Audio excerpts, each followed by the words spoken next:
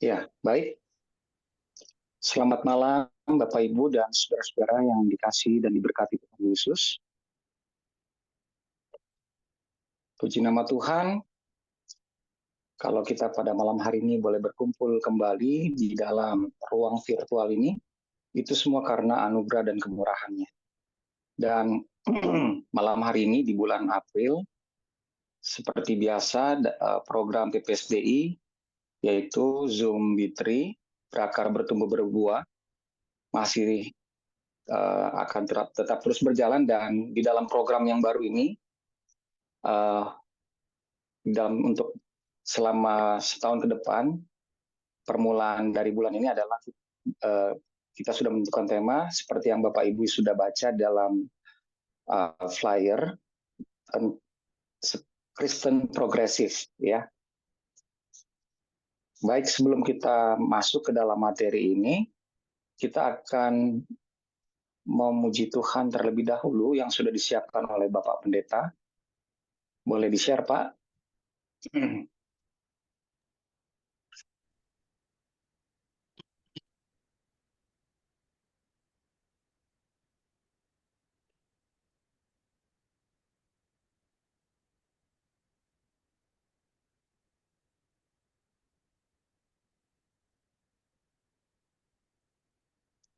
Bagai saluran air.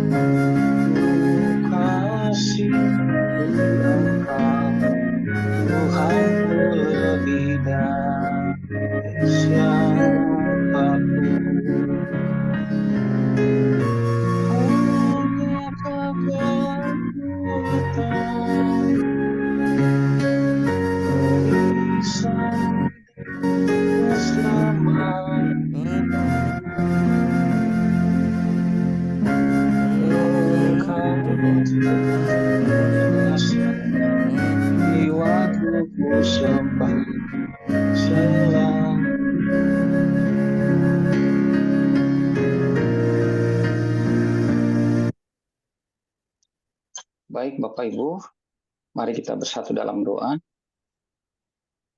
Bapa yang baik, kami bersyukur dan berterima kasih oleh karena kasih dan anugerah-Mu kami boleh berkumpul kembali pada malam hari ini untuk mengikuti pembinaan B3 lewat Zoom, berakar bertumbuh berbuah, tentang bagaimana kami boleh memahami Kristen progresif. Roh Kudus berbicara bagi hamba-Mu, narasumber kami, Bapak Pendeta Abraham Ruben Persang.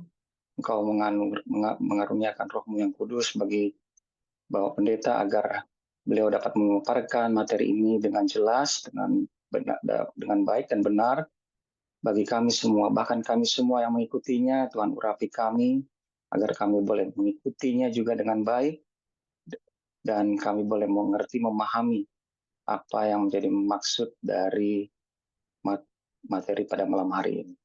Terima kasih Tuhan. Tuhan memberkati juga teman-teman kami, para yang bekerja sebagai multimedia, memberkati jaringan yang ada, sehingga selama beberapa jam ke depan kami boleh dapat mengikutinya dengan baik. Terima kasih Bapak, kami mengucap syukur, hanya di dalam nama Tuhan Yesus kami berdoa. Amin. Ya, Bapak Ibu dan saudara-saudara, sebagaimana tema ya pada bulan ini yaitu tentang Kristen progresif.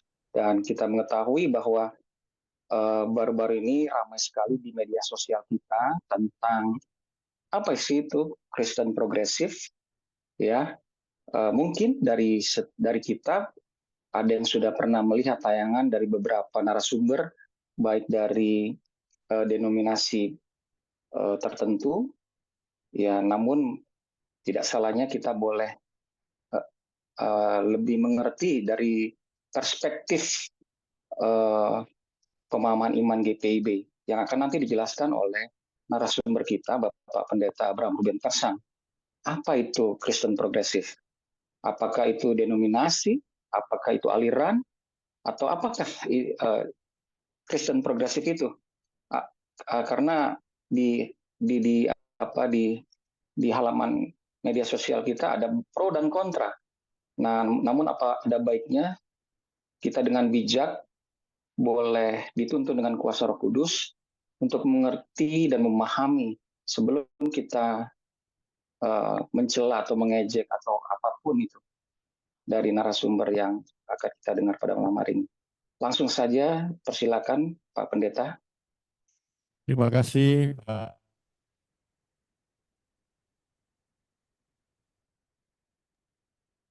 Bapak tiba-tiba hilang Pak. Halo. Apanya hilang? Bapak hilang. Tiba-tiba putus. Nggak kedengaran Bapak.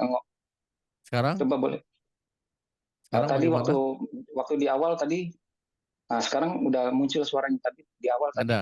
Sekarang ada ya? Iya, ada. Oke, baik. Terima kasih Yanda Dery. Bicara progresif, orang tuanya Pak Dery ini orang yang progresif. Karena memberi nama tengah Pak Dery itu Jaka Sunter. Itu progresif gitu. Iya betul. Kenapa? Biasanya orang namanya Andreas Yohanes kan begitu kan. Tapi ini Jaka Sunter. Pasti ada ceritanya di balik itu ya. Ya. Selamat malam Bapak Ibu sekalian. Eh, yang pertama mungkin saya agak sedikit melunakkan apa yang tadi Pak Dery sampaikan bahwa kalaupun saya pendeta GPIB, kemudian saat ini sebagai Ketua Departemen Teologi, tapi saya tidak mewakili atas nama GPIB gitu ya, secara formal. Maksud saya jangan sampai nanti ketika nanti rekaman ini kan kita di tahun ini programnya rekaman ini kita akan upload di YouTube kita gitu supaya ketika ini dijadikan rujukan maka ini masih catatan-catatan pribadi yang saya lakukan begitu. Apakah dipengaruhi berteologinya GPIB itu pasti, tapi bukan menjadi pandangan resmi gitu ya, tapi mewakili dalam artian seorang pendeta GPIB ya gitu. Ini perlu untuk saya sampaikan supaya jangan sampai nanti tambah kisruh lagi gitu.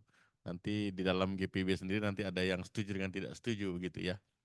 Itu yang pertama. Lalu yang kedua, memang betul yang disampaikan oleh Yanda Dery bahwa banyak sekali kalau Bapak Ibu browsing di internet, sekarang ini lagi booming bicara Kristen progresif.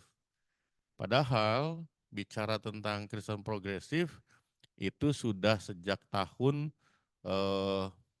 ya sebelum 95 lebih awal lagi malah begitu. Nanti saya tunjukkan catatan-catatannya begitu ya. Jadi bukan baru kali ini begitu. Nah yang ketiga Bapak Ibu, saya akan memaparkan bicara apa itu Kristen progresif. Lalu kemudian ya dari beberapa sumber yang menurut saya dapat dipertanggungjawabkan dan itu sudah dipublish secara umum begitu ya. Lalu kemudian baru saya akan kaitkan dengan eh, update terakhir terkait dengan eh, Pastor Brian Syawarta itu ya, itu salah satu tokoh katakanlah demikian. Lalu kemudian nanti terakhir saya akan memberi catatan bagaimana kita menyikapinya dan apa yang harus kita lakukan. Paling tidak ada 3 hal itu Pak Dery yang nanti saya akan sampaikan dalam kesempatan ini. Semoga tidak terlalu lama disampaikannya, nanti kita bisa gunakan waktu untuk berdialog atau berdiskusi. Nah, kita masuk bagian yang pertama Bapak Ibu. Jadi bicara tentang Kristen progresif atau kekristenan yang progresif, sebenarnya itu sudah dimulai gerakannya itu tahun 2006, maksudnya mulai itu udah mengemuka gitu ya, udah naik ke permukaan. Tapi nanti kita akan lihat ada gereja yang diakui sebagai gereja Kristen progresif dan itu sebelum 2006 gitu ya. Nah, apa yang menjadi eh, khas dari Kristen progresif atau kekristenan progresif? Yang pertama memang mereka menyebut diri atau disebut sebagai gereja yang baru atau new church atau new age, ada yang seperti itu mengatakan gitu, atau new movement. Nah, eh, para pemimpin dari kekristenan progresif ini di Amerika ya Bapak Ibu, di Amerika.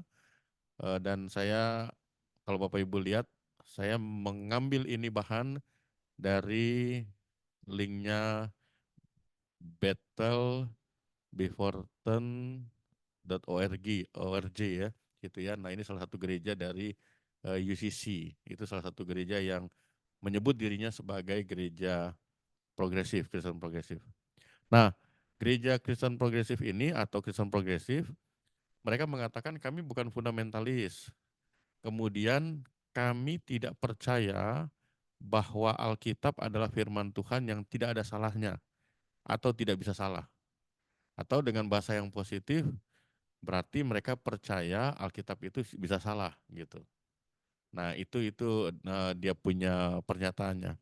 Kemudian para pemimpin Kristen progresif ini juga mengatakan yang di Amerika bahwa kami tidak setuju kreasionisme harus menggantikan ilmu evolusi di sekolah umum. Jadi mereka bahasa positifnya mereka eh, setuju bahwa kalau bicara penciptaan itu ya pakai ilmu evolusinya Darwin misalnya gitu. Jadi nggak perlu kita bicara penciptaan yang ada diceritakan di kitab Kejadian. Lalu yang berikut, kami tidak percaya bahwa Tuhan membenci kaum gay. Ya, kalau saya pakai bahasa positifnya berarti mereka percaya Tuhan mengasihi kaum gay. Saya tidak mau bicara lebih dulu tentang mana yang benar, mana yang salah, mana yang tepat atau tidak tepat ya. Saya membacakan dulu pernyataan-pernyataan mereka. Kemudian yang berikut, kami tidak percaya bahwa penganut agama lain akan masuk neraka. Artinya mereka mengatakan penganut agama lain bisa masuk surga. Ya itu, mereka tidak percaya kalau masuk neraka kalau tidak masuk Kristen. Kemudian yang berikut, kami tidak menyangkal hak perempuan untuk memilih apa yang terjadi pada tubuhnya. Maksudnya begini, kalau perempuan itu mengatakan saya mau aborsi, ya itu urusannya dia gitu. Dan gereja ini mengatakan bahwa ya kita nggak boleh hambat, itu haknya perempuan terhadap dirinya. Ini catatan awal tentang kekristenan progresif. Nah, yang menarik adalah mereka mengaku bahwa dalam setiap kebaktian Alkitab itu selalu dibacakan. Alkitab ya, Alkitab ini selalu dibacakan. Dan mereka katakan bahwa Alkitab itu landasan keyakinan, landasan iman, dan nilai-nilai. Ini menarik Bapak Ibu. Dari uraian di awal tadi, kita sudah mulai mengerutkan kening kita ya. Ini kok lain ya. Tapi mereka bilang, Alkitab tetap kami pakai. Gitu. Berikutnya, bagaimana terkait dengan Tuhan Yesus? Mereka katakan bahwa mereka percaya kepada Trinitas, Tuhan Pencipta, Yesus Kristus, dan Roh Kudus. Lalu yang kedua, mereka percaya bahwa perintah Yesus untuk mengasihi satu sama lain seperti aku telah mengasihi kamu adalah dasar. Kemudian mereka katakan, kita lebih nyaman bertindak berdasarkan iman daripada membicarakannya. Jadi cara verbal, khotbah, pengajaran menurut mereka itu nomor berapa lah. Yang penting kita wujudkan lewat tindakan. Kemudian mereka mengutip dari Santo Fransiskus dari Assisi. Selalu beritakan Injil dan bila perlu gunakan kata-kata. Artinya mereka menafsirkan kata-kata Santo Fransiskus, ya lakukan, perbuat. Kalau memang baru diperlukan kata-kata, ya baru ngomong gitu. Memang Bapak Ibu dalam dalam ordo Katolik, Fransiskan ini atau yang mengikuti ajaran Santo Fransiskus memang dikenal sebagai ordo yang melakukan praktek-praktek sosial gitu ya. Maksudnya lebih kepada tindakan. Kemudian mereka katakan bahwa kami percaya bahwa iman Kristen adalah sebuah perjalanan dan bukan tujuan. Kita menganggap diri kita sebagai orang Kristen yang sedang dalam proses. Nah, ini menarik nih. Kenapa dibilang dalam proses? Saya ingat, ini saya melompat ke konteks kita Indonesia, pastor, ya disebutnya pastor ya, dia menyebut ini pastor, Pastor Brian Syawarta itu dalam dialog dengan Habib Fajar dan juga Habib Jafar dan juga Ronald, siapa itu namanya, bukan Ronald Taulo, tapi Ronald siapa itu ya namanya? Ada yang ingat gak itu ya? Salah satu bintang film lah, artis gitu ya. Hah? Oh, dia anggota band Killing Me Inside gitu ya. Ah, ya dia dia Katolik kalau tidak salah ya. Nah, Pastor Brian Syawarta katakan begini, eh, dia menjelaskan gitu, terus Habib Jafar katakan, saya senang nih sama dia nih katanya, sama Brian. Kenapa? Karena dia konsisten untuk inkonsisten gitu, untuk tidak konsisten. Karena Brian katakan, saya yang hari ini bisa berubah 1 tahun ke depan. Saya bilang begini, tahun depan bisa berubah gitu. Nah, eh, dari Kristen Progresif di Amerika juga mengatakan bahwa kita dalam proses terus. Bisa aja yang kami bilang kemarin percaya, sekarang enggak. Yang sekarang kami bilang tidak percaya, mungkin tahun depan kami tidak percaya gitu. Jadi bisa berubah-berubah dalam proses. Nah, yang berikut, bicara tentang Yesus, ini menarik bahwa Bapak Ibu dari pernyataan mereka tidak ada satupun kalimat atau pernyataan atau inti pernyataan mereka bahwa bicara tentang Yesus itu bicara tentang penebusan, penebusan dosa dan kemudian keselamatan. Mereka katakan bahwa kami percaya bahwa Yesus dalam sejarah seorang tukang kayu, rabi Yahudi, tinggal di Palestina. Bla bla bla, di situ dikatakan bahwa kemudian mereka katakan Yesus, Roh Kudus menyadarkan mereka akan kuasa kehadiran Yesus di tengah-tengah mereka. Yesus menjadi hidup ketika mereka percaya bahwa kasih, bimbingan, dukungan, kenyamanan, tantangannya tetap bersama mereka. Meskipun tubuh fisiknya tidak. Kehidupan kematian Yesus memberikan inspirasi dan tantangan bagi kita untuk menjalani hidup sebagai pengikut Yesus. Jadi mereka lebih mengambil diri Tuhan Yesus lebih kepada contoh, teladan. Tapi mereka tidak menekankan bahwa apa yang terjadi dengan kelahiran, kemudian sampai di usia 30-an mengajar sampai kemudian mati di kayu salib, itu sebagai karya keselamatan mereka tidak singgung itu. Mereka katakan ya kita belajar dari teladan Yesus. Apa yang Yesus lakukan itu menginspirasi kita untuk berani mengambil tindakan yang radikal, lalu kemudian kita juga berani untuk ketika dapat tantangan misalnya sampai nyawa pertaruhannya kita berani gitu. Eh, ini perspektif yang menurut saya cukup baik gitu ya, cukup baik. Tetapi sayangnya mereka tidak singgung dan tidak menyentuh, mengungkapkan bahwa yang Tuhan Yesus lakukan itu bukan sekedar memberi contoh, tapi yang Yesus lakukan pentingnya adalah dia melakukan penebusan. Itu yang mereka tidak katakan, tidak ungkapkan. Nah, kemudian beberapa keyakinan dari Kristen progresif, yang pertama mereka katakan iman Kristen didasarkan pada 3 panggilan utama yang kita lihat melalui diri Yesus. Yang pertama mencari Tuhan, sesama, dan diri sendiri. Ini kalau kita ingat kutipan dari Matius 22 ayat 37 sampai 39. Kasihlah Tuhan Allahmu dengan segenap hatimu dan seterusnya, dan kasihlah sesamamu seperti dirimu sendiri. Itu jelas ya Bapak Ibu ya.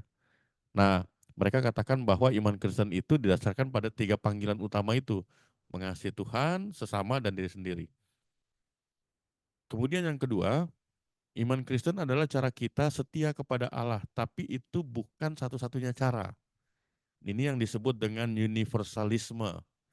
Jadi orang-orang Kristen progresif ini mengatakan bahwa eh, betul iman Kristen itu penting, tapi bukan satu-satunya cara untuk setia kepada Allah. Nah, ternyata catatan mereka katakan bahwa prinsip ini di latar belakangi realitas abad 21. Artinya ketika relasi semakin terbuka, kemudian kekristenan itu berhadapan dengan orang Islam, Yahudi, Hindu, Buddha, dan seterusnya. Dan di situ terjadilah yang namanya asosiasi, akomodasi, mengenal, memperhatikan, lalu kemudian mereka memberikan apresiasi, menghargai. Sampai pernyataan mereka katakan bahwa Kristen itu adalah kebenaran kekristenan adalah kebenaran bagi kita seorang Kristen, tapi bukan satu-satunya kebenaran. Nah, ini dia. Ini yang disebut dengan universalisme gitu ya. Jadi mereka menganggap bahwa bicara ke Tuhan itu bicara sesuatu yang universal. Kemudian yang ketiga, kasih kepada Tuhan menyangkut seluruh aspek kehidupan, tidak hanya kehidupan manusia saja. Nah, Bapak Ibu, Saudara sekalian, bagian ini menurut saya yang disampaikan oleh mereka ini progresif nih gitu. Kenapa? Karena mereka membuka perspektif kita gereja untuk melihat bahwa ada tanggung jawab ekologis. Jadi mandat Allah kalau kita baca dalam kitab Kejadian itu kan manusia diberi kepercayaan untuk mengusahakan, mengelola, menjaga kelangsungan hidup bumi. Nah, mereka dari Kristen progresif mengatakan kita juga harus peduli pada bumi dan ekosistemnya. Jadi diajak gereja atau orang Kristen untuk memahami tentang perubahan iklim, pengaruh jejak karbon, kualitas udara, air, tanah, dan seterusnya gitu. Harusnya ilmu pengetahuan dan keyakinan agama di sana dikatakan saling memberi informasi. Hikmat dan wawasan dari keduanya sangat penting. Nah, ini saya pikir apa ya perspektif yang baik gitu ya untuk mengajak gereja peduli kepada lingkungan. Yang keempat, cinta kepada sesama, artinya mengulurkan kebaikan dan kepedulian. Nah, ketika mereka bilang cinta pada sesama, mengulurkan kebaikan dan kepedulian, mereka berangkat dari keluarga. Keluarga, lalu kemudian komunitas lokal, lalu juga komunitas global.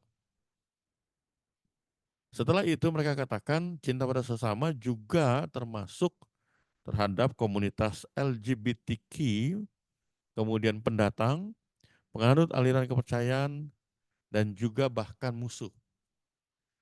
Uh, ya Bapak Ibu, saudara sekalian bisa bisa mencerna ini secara baik gitu ya, secara bijak gitu. Sekali lagi saya mengendalikan diri untuk tidak memberikan penilaian dulu. Saya mau membacakan dulu apa yang mereka sampaikan. Kemudian yang kelima, mencintai diri sendiri berarti melakukan disiplin spiritual. Jadi eh, orang yang mencintai diri sendiri, menurut mereka, itu berarti orang itu sedang melakukan disiplin spiritual. Contoh mencintai diri sendiri itu adalah misalnya memberikan waktu untuk istirahat, kemudian rekreasi, membina persahabatan, pola makan yang sehat, latihan fisik. Lalu di situ dikatakan mencintai diri sendiri berarti membutuhkan kerendahan hati dan humor gitu. Ini juga satu pokok pikiran yang menarik gitu ya. Eh, Sedikit intermezzo bahwa disadari atau tidak, gereja termasuk kita GPIB gitu ya, dengan kegiatan dari minggu ketemu minggu gitu. Disadari atau tidak, kegiatan-kegiatan gereja itu mencabut si ayah, kemudian si ibu, ayahnya di PKB, latihan PKB berapa kali dalam satu minggu, kemudian ibadah PKB, lalu si PKP-nya juga si ibu dicabut, lalu anaknya kalau PA berarti di hari Minggu datang, lalu PT juga, kemudian kalau dia pelayan PT, pelayan PA, pengurus atau GP itu dicabut. Dan ketika kembali ke rumah, udah tinggal capek gitu. Malah ke rumah ketemu, mungkin nggak ketemu semua. Wah lagi latihan, lagi ini, lagi itu. Gitu. Menurut saya ini bisa menjadi perhatian kita Bapak Ibu. Nah, eh, ini yang tadi saya sebut bahwa eh, kekristenan progresif atau Kristen progresif ternyata sesuai dengan artikel ini dikatakan bahwa mereka sudah mulai itu dari abad 16. Menurut mereka ketika terjadi reformasi abad 16, lalu kemudian ada denominasi atau aliran yaitu Kongregasionalis New England dari Anglikan itu, lalu kemudian ada denominasi yang lain yang lebih kepada otonomi jemaat, lalu kemudian ada juga reformasi Jerman dan juga yang lainnya. Akhirnya mereka kemudian mengembangkan lagi, dan itu yang menjadi latar belakang bahwa muncul pemikiran-pemikiran yang progresif. Artinya apa? Dari situ misalnya mereka memahami bahwa kita semua adalah pelayan Injil, bukan hanya pendeta yang ditabiskan. Sehingga apa? Sehingga semua itu bisa berhubungan langsung dengan Tuhan, bisa belajar, bisa melayani, tanpa perlu seorang perantara. Yang pada saat itu ya abad 16 itu kan perantara itu paus, uskup, dan imam itu menjadi sangat penting, sangat sentral gitu. Pada saat itu isu tentang para imam itu memang isu yang sangat sensitif. Kalau umat tidak lewat para imam itu berarti dianggap bidat gitu. Tapi di abad yang sama ini pemikiran progresif itu sudah sampai bahwa nggak perlu nggak perlu lagi, atau maksudnya dalam hidup spiritual itu harusnya pribadi itu yang mengenal Tuhan gitu. Nah, menurut sejarahnya gereja progresif di Amerika itu adalah UCC, yaitu United Church of Christ. Jadi mereka dari abad 16 itu pemikiran itu sudah ada, lalu kemudian di abad modern, melembaga menjadi United Church of Christ. Nah ini denominasi nasional yang memang dedikasinya terhadap keadilan sosial, hak manusia, keadilan lingkungan, itu mereka lakukan. Atau mereka mengklaim ini salah satu gereja Kristen progresif. Nah, kalau sejarahnya disebutkan di sini bahwa ada ditarik mundur dari 1957 itu bahwa UCC itu ternyata punya latar belakang sebagai gereja yang pertama menabiskan seorang perempuan 1853. Kemudian menabiskan seorang pria gay secara terbuka itu tahun 72, 1972. Kemudian memberikan jaminan kepada pendeta Afrika Amerika yang ditangkap karena suatu kasus. Itu bicara tentang dan ikut demonstrasi hak-hak sipil tahun 73. Kemudian yang memilih presiden luar Afrika Amerika dari denominasi garis utama itu tahun 76. Lalu kemudian membuat atau menciptakan himne yang menghormati gambaran Tuhan secara setara baik pria maupun wanita. Itu 95. Dan di tahun 2005 mereka yang menyerukan pernikahan bagi LGBTQ. Nah ini catatan-catatan historisnya dari eh, bukan hanya pemikiran progresif, tapi gereja progresif menurut mereka. Nah, lalu yang menjadi ciri dari gereja progresif dikatakan bahwa mereka memakai istilah reformasi, kan ada eh, reformata temper reformanda. Jadi gereja yang diperbaharui akan selalu memperbaharui gitu. Nah itu dipakai bahwa mereka katakan bahwa kami pun selalu dinamis dalam kehidupan iman sehingga kami selalu diperbaharui. Kami selalu lakukan reformasi, direformasi, pakai istilah mereka. Dan mereka mengacu dengan ajaran Tuhan juga, bahwa Tuhan katakan aku datang bukan untuk meniadakan, tapi menggenapi. Jadi mereformasi itu bukan merubah total, tapi melakukan apa? Katakanlah kritik atau penajaman-penajaman terhadap pesan-pesan tertentu.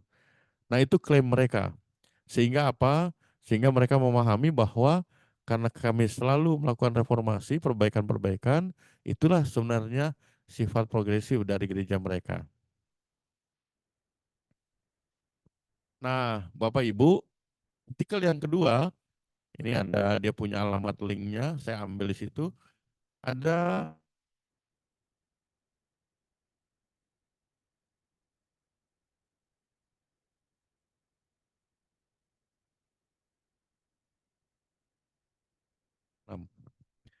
dan eh, organisasi ini didirikan dengan gerakan yang lebih besar di Amerika, itu yang tadi saya sebutkan, UCC tadi, gitu ya. Jadi di Inggris sendiri ada yang namanya Pendeta James Rowe Adams di Cambridge. Dia mendirikan pusat kekristenan progresif. Dan pusat ini dia mengumpulkan orang-orang Kristen dari mana mana saja gitu, yang seide, sepikiran. Apa misi dari pusat kekristenan progresif ini, Bapak Ibu coba perhatikan. Yang pertama adalah menjangkau mereka yang menganggap agama terorganisir tidak efektif, tidak relevan atau represif, serta mereka yang sudah menyerah atau tidak mengenalnya. Jadi Bapak Ibu, saudara sekalian, ya sebagai orang tua, kita sebagai presbiter, kita sebagai anak-anak pemuda dan lain sebagainya, perlu hati-hati juga gitu bahwa mereka yang dari Amerika maupun dari Inggris, mereka juga lakukan misi. Misinya apa? Mereka lihat nih, kalau misalnya ada warganya yang kecewa dengan gerejanya, dengan pemimpinnya, dengan apanya, nanti mereka masuk. Mereka akan mengaruhi. Dan itu misi mereka. Kemudian yang kedua, misi mereka adalah menjunjung penginjilan sebagai agen keadilan dan perdamaian. Ini sesuai dengan perjuangan mereka itu tadi ya. Lalu yang ketiga, memberikan suara yang kuat, baik di gereja-gereja maupun dalam publik, kepada para pendukung agama Kristen progresif. Jadi bukan hanya di Amerika dengan di Inggris, tapi di berbagai wilayah dunia mereka akan mensupport gitu gerakan-gerakan ini. Lalu mereka juga punya misi untuk mendukung mereka yang melakukan pencarian, bukan kepastian. Itu tadi yang saya sebut, Pastor Brian Syawarta tadi, dia dengan jelas mengatakan bahwa ya saya bisa berubah. Hari ini saya bicara A, mungkin minggu depan atau tahun depan saya udah bicara B, nggak lagi A gitu. Nah, oleh gereja Kristen progresif, orang-orang seperti ini didukung gitu, didukung. Mereka mencari dan mereka mendukung orang-orang ini. Jadi jangan salah, uh, behind Brian Siawarta, kita perlu tanya juga ada siapa mah gitu. Jangan-jangan ada yang pusat kegiatan progresif di Amerika di Cambridge itu, di Inggris, atau mungkin dari UCC bisa juga gitu. Karena home base atau church base-nya Brian Siawarta itu kan sebelum di Jakarta itu adalah di Bali. Nah kita nggak tahu gitu ya. Kemudian eh, dari Kristen progresif yang di Inggris, eh, mereka katakan begini bahwa orang-orang Kristen progresif itu mempunyai beberapa ciri khas. Yang pertama adalah tidak setuju atau menolak yang namanya keyakinan eksklusif. Di sini poin sensitif Bapak Ibu. Kenapa? Dengan kata lain mereka tidak percaya, menolak keselamatan di dalam Kristus. Yohanes 14 ayat 6 mereka tolak. Bahwa Tuhan Yesus katakan akulah jalan dan kebenaran dan hidup. Tidak ada seorang pun pergi pada Bapa kecuali melalui aku. Mereka tolak. mereka tolak. Kemudian mereka tolak konsep bahwa cabang agama mereka yang monopoli kebenaran dan semua jalan spiritual lainnya salah.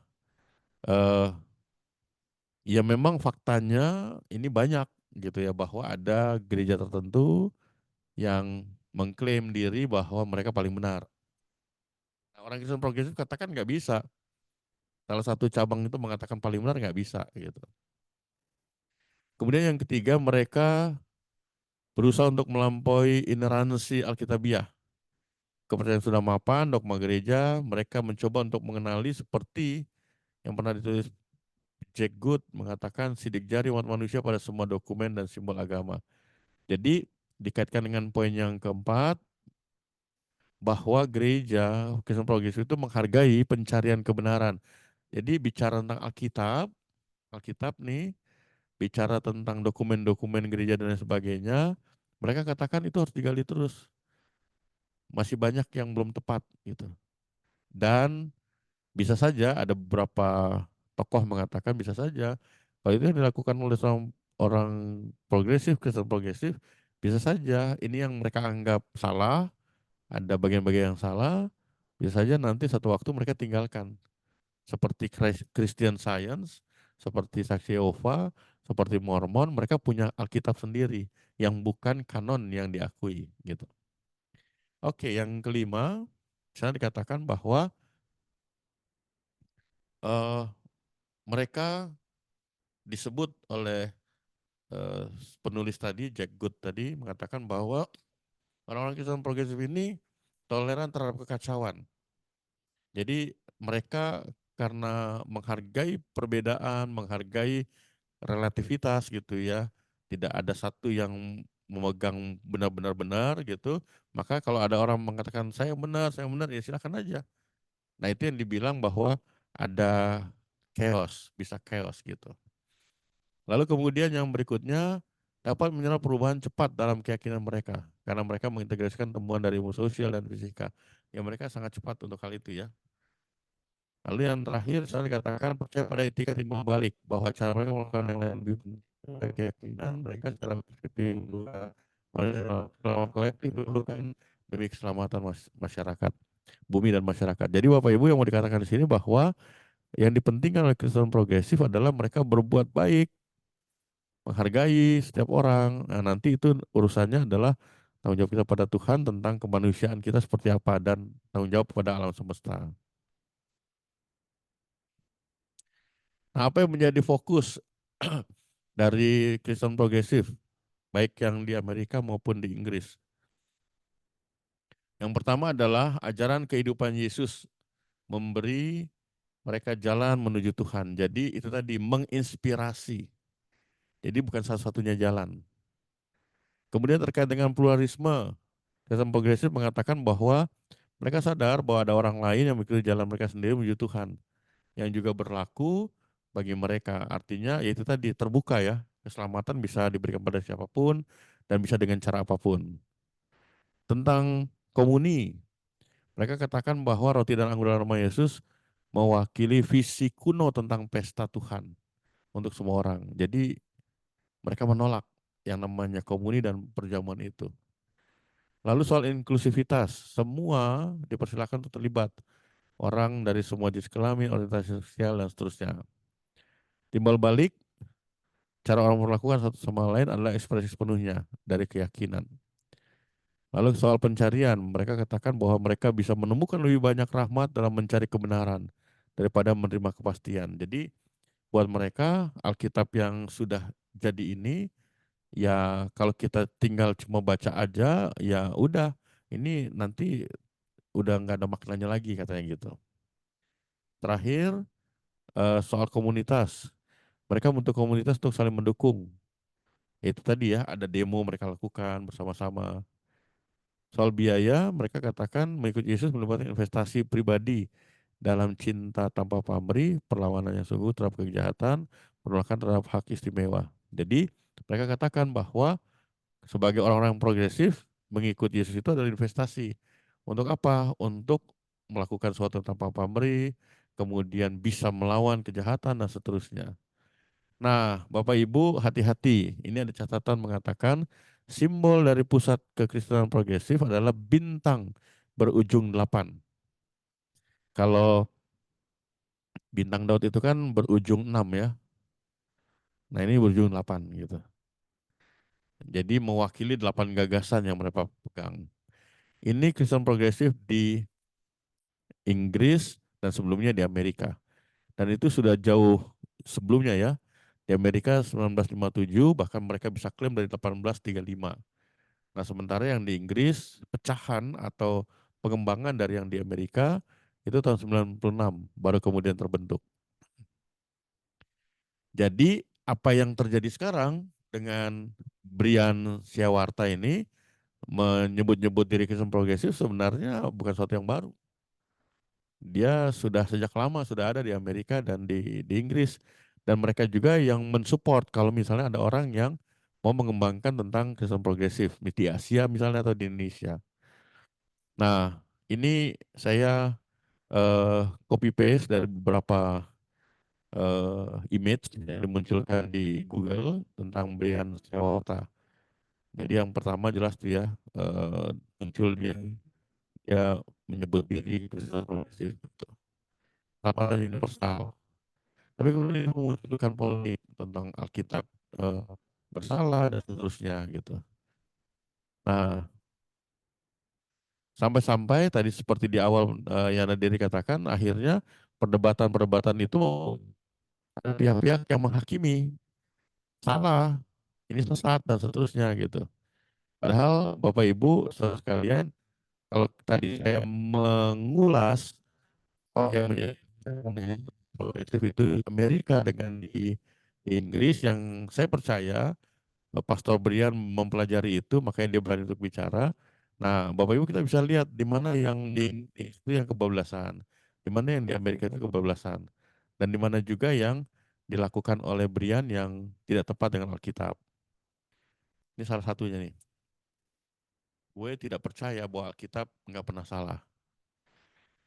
Bapak Ibu, konsep tentang Alkitab dengan kitab suci yang lain tentu berbeda. Alkitab tidak diturunkan langsung, sudah jadi. Tapi Alkitab itu difirmankan oleh Allah, lalu kemudian orang yang dipilih oleh Allah, dia menuliskannya. Jadi dia menuliskannya bukan mereka-reka, tapi atas perintah Allah gitu. Sehingga ketika bicara tentang keselamatan, pokok-pokok ajaran, maka dia bicara berangkat dari apa yang dikatakan oleh firman Tuhan. Nah, ini juga ada image secara sederhana mengatakan bahwa sebenarnya yang dilakukan oleh Pastor Brian Sewarta ini bukan sesuatu yang baru. Dia hanya daur ulang saja. Jadi sebenarnya dulu sudah ada Kristen progresif gitu. Orang berpikiran maju tentang Kristen.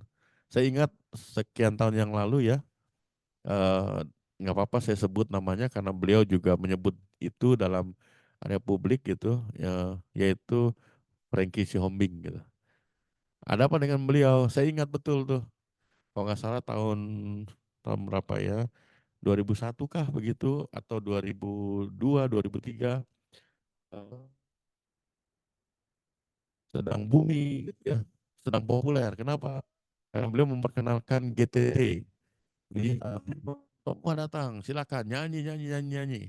Lalu kemudian kalau mau sambil nyanyi ngerokok silakan, nggak apa-apa. Lalu yang datang banyak tatonya nggak apa-apa gitu. Nah itu juga pemikiran progresif gitu. Yang sebenarnya diadopsi menurut saya ya oleh beliau itu dengan bahasa yang berbeda gitu. Ini sebenarnya nggak ada yang baru yang dilakukan oleh Brian Soeharto. Sebelumnya ada pernah terjadi baik itu di Amerika, di Inggris maupun di Asia. Nah, bagian terakhir nih Bapak Ibu. Jadi dari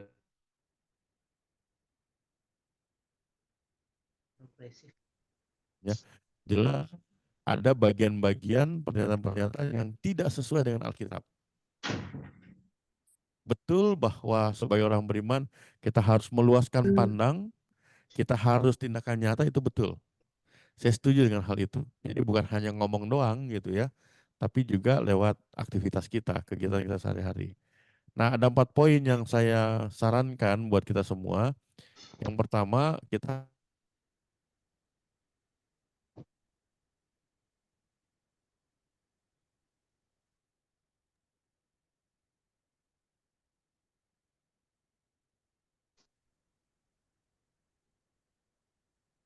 iman. Apa kariman itu? Salah satunya adalah tentang Yesus sebagai juru selamat, itu kariman. Jadi apa artinya kita bicara misalnya khotbah kah atau refleksi kah atau apa, terus kemudian kita tidak mengakui Alkitab. Padahal kita bisa melakukan refleksi itu karena ada refleksi hamba-hamba Tuhan yang mendengar firman Tuhan dan menyampaikannya kepada kita gitu. Jadi jangan alergi dengan istilah progresif. Istilah lainnya kan reformatif ya. Ada perubahan-perubahan gitu. Lalu yang kedua, kita juga perlu untuk meluaskan pengetahuan dan pemahaman. Jadi hidup beriman kita itu bukan hanya sekedar hari Minggu ke gereja, bukan. Tapi makin hari kita makin mengerti apa sih yang Tuhan mau. Kenapa sih seperti ini? Apa maksudnya gitu. Atau misalnya dalam suasana yang berbeda gitu ya. Kita beribadah, kita bisa mendapatkan pemahaman pengetahuan yang lebih luas. Supaya apa? Supaya hidup beribadah, beriman kita itu tidak menjadi eksklusif. Kalau kita hayati dengan baik, maka tentunya kita akan mempraktekkannya juga dengan baik. Yang ketiga, menurut saya tidak bisa tawar-menawar bahwa landasan firman itu adalah pelita dan terang. Jadi pemilihan kata Tuhan, pelita dan terang itu pemilihan yang tepat. Jadi ketika kita menerima firman, ketika kita mengerti dan memahami, maka harusnya yang kita pahami itu kita bawa sebagai pelita, sebagai terang. Dan juga apa namanya, diri kita juga dengan kekuatan firman Tuhan itu kita akan terpandu untuk mengarah kemana. Jadi ketika muncul, wah ada Kristen progresif, wah ada ini, kita nggak langsung, wah gimana gereja saya, enggak. Tapi tahu lewat tuntunan firman jadi mengerti. Nah, yang terakhir, ini juga menjadi tantangan yang diangkat oleh Brian Syawarta dan juga gereja-gereja Kristen progresif bahwa gereja itu cuma omong doang gitu. Tapi bagaimana dengan kemiskinan, ketidakadilan, kejahatan dan sebagainya. Harusnya gereja dalam hal ini kantor gereja memfasilitasi supaya apa? Supaya dalam tanggung jawab yang dilakukan itu bisa sangat efektif. Demikian pun ketika warga jemaat, warga jemaat itu bukan hanya sekedar oh datang ibadah lalu kemudian dengan firman selesai ibadah sudah selesai, enggak. Tapi harus ditekankan bahwa kamu diutus, diutus sebagai apa? Sebagai garam, sebagai terang. Dan ini kan kritiknya dari Kristen progresif bahwa gereja-gereja mainstream itu cuma ngomong doang, khotbah doang.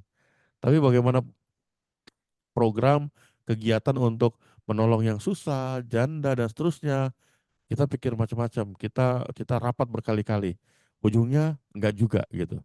Nah, ini menjadi catatan kita Bapak Ibu. Jadi sekali lagi saya ulangi, tidak atau atau ketika dengar kata Kristen progresif enggak. Sejak awal itu sebelum kesadaran tunduk sudah melakukan progresivitas terhadap aturan, hukum dan sebagainya dari perjanjian lama. Kemudian ya memang harus luaskan pengetahuan kita. Supaya hidup beriman kita itu bukan beriman yang sepotong aja. Ketika lihat ada yang berbeda langsung bilang lu berdosa, lu begini-begini gitu. Nah ini juga menjadi kritik dari progresif. Karena yang mainstream pada umumnya ya hanya sebatas pengetahuan, pemahaman, tapi penghayatan tidak. Makanya mereka berani mengambil Santo Fransiskus tuh karena tindakan-tindakannya jelas. Dan kemudian ini juga ya bahwa landasan firman Tuhan itu nggak boleh bergeser, betul-betul menjadi landasan yang utuh. Dan jangan berhenti untuk bertumbuh dengan firman Tuhan. Nah, ketika kita diutus, sebenarnya ini kita bicara inklusivitas. Kan kita diutus menjadi garam dan terang, kita tidak diutus ke gereja, tapi gereja yang diutus ke dunia gitu. Nah ini yang menjadi perenungan kita nih Bapak Ibu, bahwa ya kita juga perlu untuk bukan hanya membangun jejaring, bukan hanya ketemu dengan pihak-pihak lain, tapi kita juga terus mengupayakan untuk menjadi garam dan terang. Eh, Apakah Kristen progresif itu sesat? Saya mau bilang begini, jika ada ajaran yang tidak sesuai dengan firman Tuhan, Alkitab, maka berarti dia bukan kekristenan. Karena Alkitab itu bicara sejarah keselamatan sampai digenapi oleh Yesus Kristus, lalu kemudian sejarah juga keselamatan yang diberitakan para rasul. Kalau ada orang mengatakan bahwa keselamatan bukan di dalam Tuhan, itu menurut saya perlu untuk dikritisi dengan baik.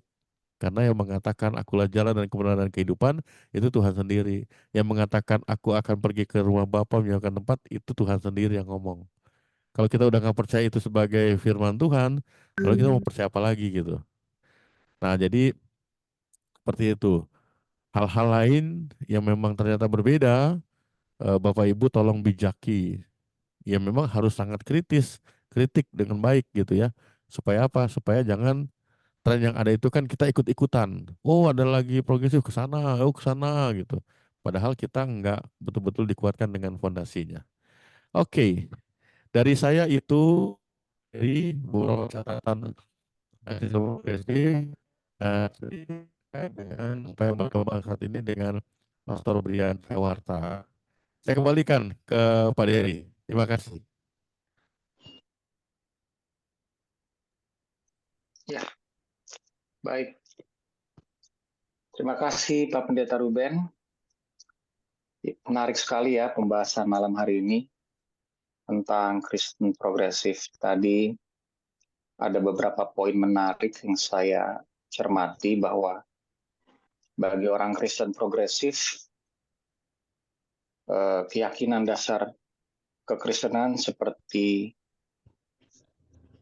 keilahian Yesus, otoritas Alkitab, tetap dipegang kuat. Namun tapi ada beberapa paradoks ketika tadi Bapak sampaikan bahwa tidak tidak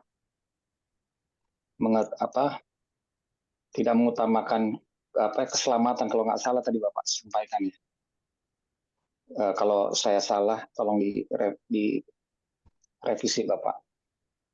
Jadi ada beberapa sedikit paradoksnya. Di sisi lain percaya otoritas Alkitab, keilahian Yesus, namun di sisi lain jadi tidak mengutamakan keselamatan di dalamnya. Ya baik, langsung saja kita akan masuk ke dalam diskusi tanya jawab.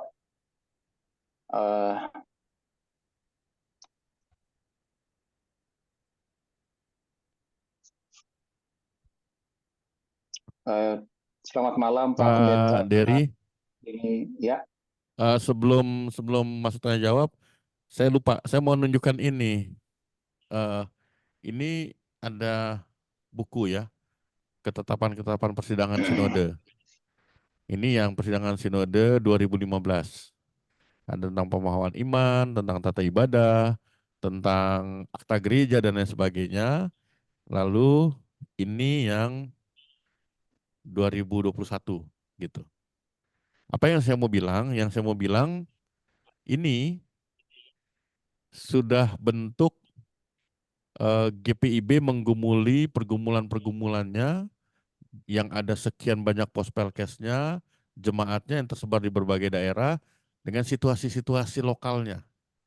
Lalu kemudian kita bicarakan apa sikap gereja, bicara tentang perceraian, tentang perkawinan kembali dan lain sebagainya. Ini dibicarakan, bicara tentang bayi tabung dibicarakan di sini.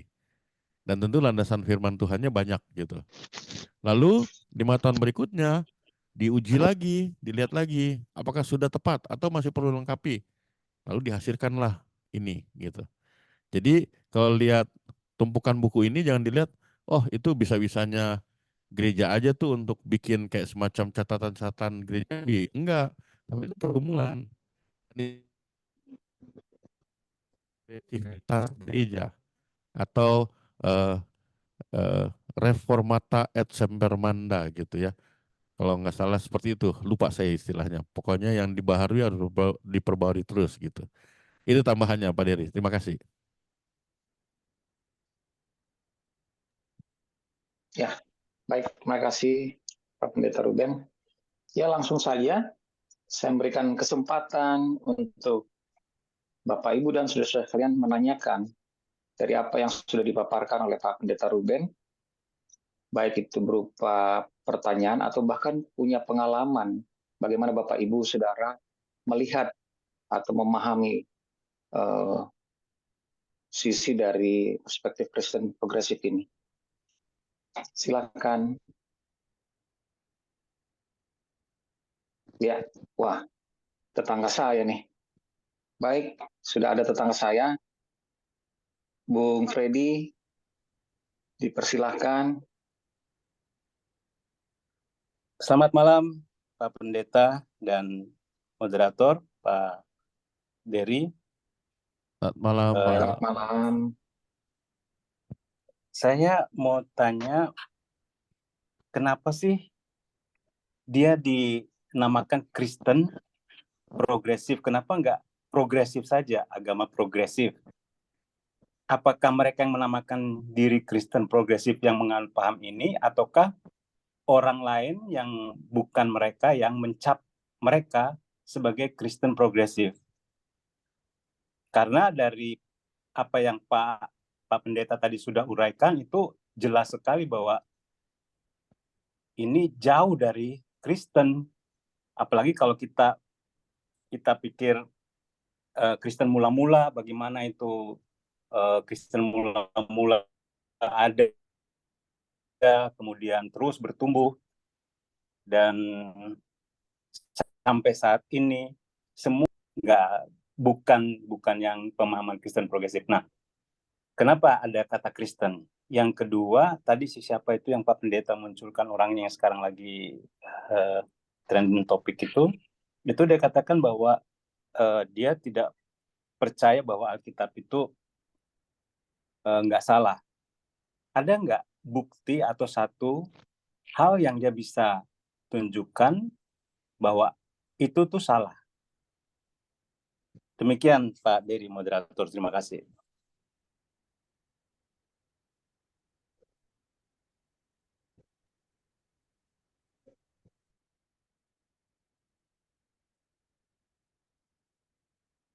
Ya, baik. Terima kasih Pak Freddy Sopamena. Yang poin kedua, apakah Bapak tadi sudah jelas Pak pertanyaan Pak Freddy, Pak? Pertanyaan nomor 2 Pak Freddy? Jelas, sangat jelas. Oke, baik. Kita akan lanjut. Di layar saya sudah ada Bapak Diaken Roy Tambunan.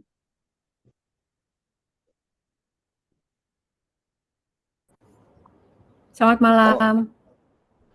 Selamat malam. Ya, selamat malam semuanya. Tuhan Malam Bu Yosi.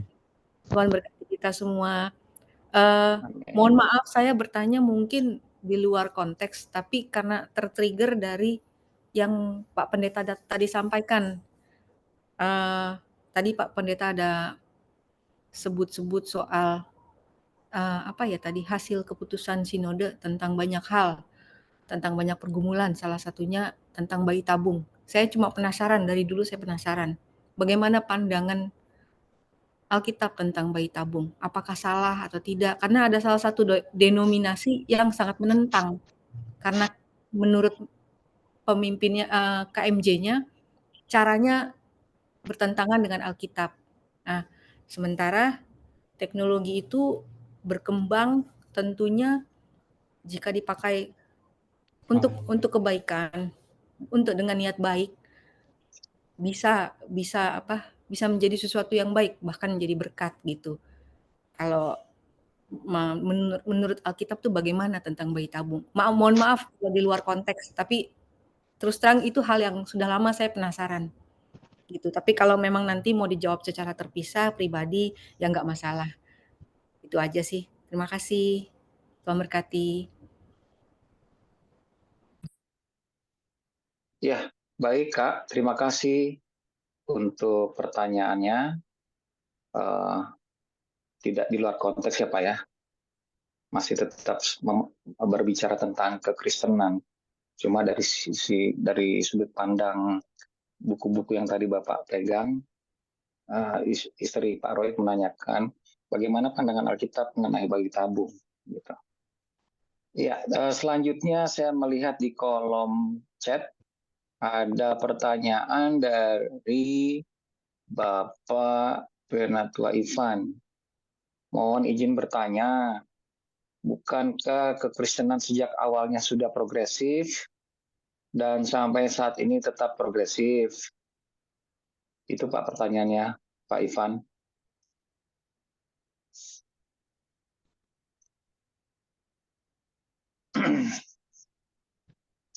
Oke, sudah ada 3 pertanyaan. Silakan Bapak Pendeta. Baik, terima kasih Pak Dery, moderator kita. Yang pertama dari Pak Freddy. Ya, sebelum kita progresif itu ada yang namanya Christian Science,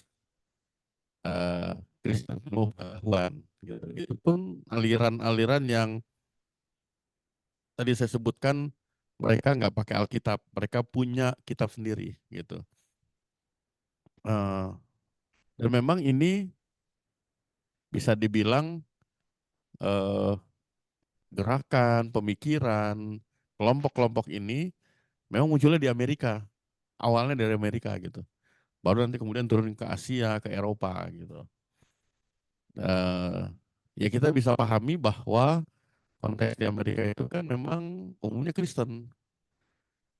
Nah, kenapa mereka pakai Kristen? Catatan tentang aliran-aliran itu mengatakan bahwa misalnya yang tadi saya sebut Christian Science, kemudian Saksi Yehova, kemudian bahkan ada Satanic Churches gitu ya, gereja-gereja setan. Sebenarnya mereka salah satunya berangkat mengkritik gereja, orang Kristen yang mengkritik kekristenan. Jadi mereka mengacu misalnya salah satu, dulu Martin Luther juga bisa tuh mengkritik gereja, melakukan reformasi, kenapa kita nggak bisa gitu. Nah muncullah gitu. Nah karena memang mereka akarnya di Kristen, lalu mengkritik gereja di tempatnya, lalu kemudian mereka munculkan nama baru lagi, misalnya Kristen progresif, misalnya Kristen apa gitu. Nah jadi labeling Kristen itu ya mereka tidak bisa pungkiri mereka sendiri Kristen, lalu kemudian mereka pakai itu untuk mengkritik dan cita-citanya mendapatkan Kristen yang lebih baik, lebih benar, kira-kira seperti itu. Kemudian hal yang kedua, kenapa mereka pakai Kristen? Ya kalau Bapak Ibu, mohon maaf ya, ini kalimatnya agak sedikit sensitif. Kalau Bapak Ibu perhatikan, kalau di Kristen muncul aliran-aliran yang istilahnya menyimpang, hanya di Mississippi yang terjadi dan juga reformasi. Setelah itu udah nggak terjadi lagi. Yang saya maksud adalah terjadi itu dikejar bahkan sampai dibunuh. Setelah itu tidak ada lagi. Ya kalaupun memang ada, ya udah itu berkembang sendiri. Gereja yang dikritik memperbaiki diri, lalu kemudian tetap memelihara domba-dombanya. Tapi kalau bicara di luar Kristen, bicara muncul satu, wah habis itu, gitu. Jadi artinya memang ada kultur yang berbeda, eh, yang mungkin dimanfaatkan gitu ya oleh kelompok-kelompok itu. Bahwa ada kritik itu betul, tapi kemudian dari kritik itu dikembangkan ke yang lain-lain, nah itu yang memang perlu untuk dicermati. Lalu hal yang terakhir ada orang bilang begini, eh, kalau pakai label Kristen itu lebih menjual daripada pakai label yang lain katanya. Jadi kalau misalnya udah mengaku uh, uh, progressive movement gitu, apa sih gitu ya. Tapi kalau bicara Kristen progresif, wah itu orang tertarik gitu. Jadi ini soal marketnya juga gitu. Mohon maaf, uh, ini udah menjadi pendapat beberapa orang gitu. Jadi fenomena-fenomena yang terjadi bukan hanya hari ini, tapi juga beberapa tahun terakhir, tentang kekerasan begini dan seterusnya. Ya di balik itu salah satunya, atau mungkin itu urutan yang ke-10, salah satunya adalah ya itu memang marketable. Jadi ada orang-orang yang akan tertarik begitu. Nah kalau saya tertarik, ya akhirnya kan kemudian bicara, ya udah bikin gereja. Pastor Brian Siawarta dia katakan, saya bikin gereja. Saya nggak mau di gereja saya bikin gereja. Dia punya gereja sendiri, gitu. Nah seperti itu ya. Jadi ada beberapa faktor. Kemudian betul bahwa sebenarnya nggak perlu mereka bilang Kristen progresif gitu. Kenapa? Karena pada diri kekristenan itu sendiri, itu yang juga menjadi pertanyaan dari Pak Ivan, diri kekristenan itu sendiri memang sudah progresif kok gitu. Salah satu contoh misalnya, Tuhan Yesus itu mengajar tentang firman Tuhan. Tuhan berani untuk mendobrak bicara kesakralan di bait Allah. Maksud saya firman Tuhan itu yang berjarak antara umat dengan imam. Pada masa pelayanan Tuhan Yesus datang ketika Petrus dan kawan-kawan lagi cari ikan, dia duduk di pinggir pantai. Di situ dia bicara tentang firman Tuhan. Kalau untuk polanya orang Yahudi, nggak bisa. Umat datang itu hanya di bait Allah bisa dengar firman. Tapi pada waktunya nggak begitu. Memang ada 1-2 kali Tuhan Yesus ke bait Allah, tapi sisanya enggak. Sisanya di mana? Di bukit. Sisanya di sumur dengan perempuan Samaria. Tuhan Yesus ngomong gitu. Terus progresivitas yang lain apa? Yaitu soal bagaimana memahami dan betul-betul mendapatkan pesan dari hukum Tuhan. Contohnya Yohanes 8 gitu. Ada perempuan dilempar, jelas dikatakan sana kedapatan berzina. Jadi udah nggak ada ruang lah untuk diampuni gitu. Tapi apa yang Yesus lakukan? Yesus lakukan ini bicara tentang keselamatan universal, kasih Bapa, udah Tuhan tunjukkan kok gitu. Tuhan udah tunjukkan, Tuhan tidak langsung menghukum si perempuan itu, tapi pada saat yang sama Tuhan juga tidak langsung memarahi orang-orang Farisi yang membawa perempuan yang berzina itu. Tuhan ingin mengasihi dua-duanya. Dan apa yang Tuhan katakan? Tuhan katakan yang tidak berdosa lempar batu duluan. Itu kan pemikiran progresif. Orang kan selama ini yang penting orang lihat saya pendeta, dia ini anggota majelis. Ada hukum yang harus kami jaga. Padahal hukum yang kami jaga untuk umat kadang tidak untuk diri sendiri. Karena kita sudah pakai toga, sudah pakai stola dan segala macam, orang udah melihat, oh ini pejabat gereja nih gitu. Padahal belum tentu juga isinya gitu. Nah ini yang menjadi penting gitu ya, bahwa progresivitas itu sudah. Kalau Pak Freddy katakan, kenapa sih mereka pakai itu? Nggak usah pakai itulah gitu. Harusnya gitu. Cuman orang bilang, bahasa sederhananya Pak Freddy dan Bapak Ibu sekalian, nggak laku kalau mereka nggak pakai kata Kristen. Kira-kira begitu, mohon maaf ya, saya agak nakal gitu. Karena dia pakai kata Kristen, lalu kemudian itu akan jadi rame gitu kan. Jadi seru gitu. Pastor Brian Siawarta, dia bicara tentang persepuluhan. Kita sudah bicara persepuluhan itu jauh-jauh hari. Bahkan dari 2010 kita udah menetapkan persepuluhan itu sudah menjadi tanggung jawab iman gitu. Dan kita nggak pernah kasih persepuluhan itu ke pendeta, enggak. Kita mengajarkan persepuluhan itu sesuai dengan ya dibawa ke rumah gereja, ke rumah perbendaharaan, rumah Allah gitu. Ya memang nggak tahu, mungkin Pastor Brian Siawarta dia melihat gereja-gereja yang lain gitu ya, yang mempraktekkan persepuluhan itu untuk para pemimpinnya misalnya. Nah itu, jadi sekaligus menjawab dari yang ditanyakan Pak Ivan, memang kekristenan pada hakikatnya sudah progresif gitu. Nah kalau ada yang sekarang pakai istilah-istilah itu, ya menurut saya ya supaya laku lah jual gitu. Padahal isinya kan kita perlu cermati. Nah untuk jadi akta gereja itu adalah sikap gereja terhadap berbagai persoalan yang dihadapi. Di hasil ketetapan tahun 2015, di sini ada diinventarisir persoalan tentang keluarga apa saja. bicara tentang pertunangan. Di 2015 ini soal pertunangan itu baru masuk dan kemudian ada tata ibadahnya. Tapi martupol belum masuk. Di 2021 di sini sudah masuk tentang martupol. Jadi kalau misalnya ada anggota jemaat kita menikah dengan orang Tapanuli, orang Batak gitu. Jadi dia nggak perlu ke HKBP untuk martupol, di kita bisa gitu. Diperkenankan untuk dilakukan itu gitu ya.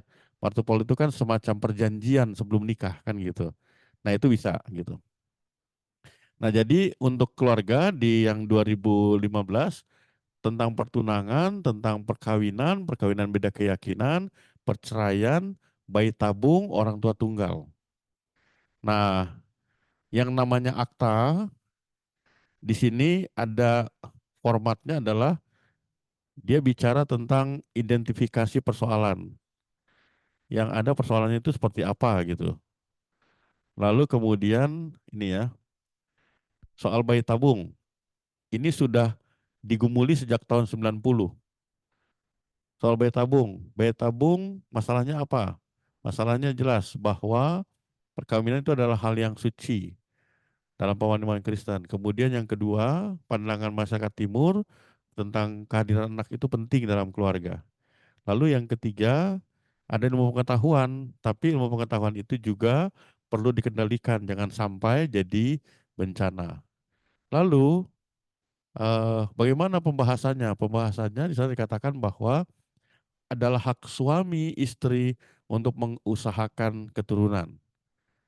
Nah, usaha yang dimaksud itu adalah usaha dengan cara tanpa mengikut sertakan unsur dari dan benih pihak ketiga, tanpa intervensi ilmu teknologi yang bertentangan dengan kodrat pembentukan dalam hal formula bioteknik ilmiah, melenyapkan formula unsur dari dan benih kodrati. Kemudian yang ketiga, hal yang butir dua tadi, 2A dan B, perlu dilakukan dalam kejujuran oleh dokter, para medis yang menangani dan sesuai sumpah profesi kedokteran. Nah itu ada memang bicara akta ini mungkin nanti saya pinjamkan ya ke Ibu Yosi karena memang harus dibaca dalam keutuhan. Jadi dia ada masalahnya, lalu kemudian pembahasannya seperti apa, baru kemudian nanti bagian terakhir ini prinsip penyelesaiannya gitu. Dan untuk setiap hal dibuat seperti itu gitu, supaya jemaat bisa tahu, oh begini maksudnya. Sama seperti misalnya isu yang muncul, wah GBB gampang kawin, nanti bisa cerai dan kemudian bisa kawin lagi gitu. Nah di sini secara jelas dikatakan bahwa GPIB menolak yang namanya perceraian, gitu. Jadi mengizinkan yang namanya perceraian. Tapi kalau misalnya ternyata ada orang yang sudah cerai gitu, terus dia datang untuk menikah, maka sesuai dengan akta, hak orang itu untuk bisa menikah. Tapi haknya seperti apa? Nah itu harus dilihat secara benar. Kenapa dia cerai, persoalannya sampai di mana, dan seterusnya. Jadi nggak bisa langsung, oh ya oke, kan udah cerai kan, dokumennya ada ya. Kalau misalnya dia cerai hidup, udah jelas ya gini, oke besok bisa diumumkan. Nggak sesederhana itu. Pendeta dan juga majelis tentunya punya tanggung jawab untuk memeriksa. Oke. Nah, jadi itu tadi.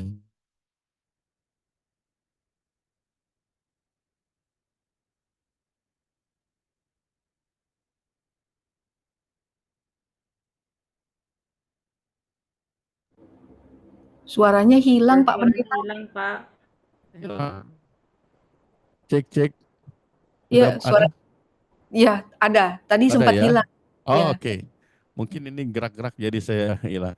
Ya, jadi ketika bicara landasannya itu jelas bahwa laki-laki dan perempuan di dalam kitab Kejadian pasal 1 ayat 26 sampai dengan 28 dan kemudian Kejadian pasal 2 ayat 18 sampai dengan 25 itu menjadi landasan dasar tentang hidup perkawinan dan tentang kelangsungan hidup adanya keturunan begitu. Lalu bicara tentang penggunaan teknologi dan lain sebagainya, itu nanti bisa dibaca dari buku ini gitu ya. karena ini sudah dikaji secara baik gitu. Saya pikir itu Ibu Yosi, Pak Freddy, dan juga Pak Ivan. Terima kasih. Kembali ke Pak Kasih Pak Dery. Pendeta. Kasih Anda Dery. Iya, baik. Untuk ketiga penanya, mudah-mudahan jawaban dari Pak Pendeta boleh memuaskan. Kalaupun belum, seperti yang tadi Pak Pendeta sampaikan, nanti Pak Pendeta akan pinjamkan bukunya ya Pak ya, buat Ibu Yosi.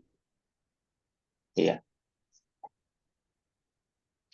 Baik, saya buka termin kedua.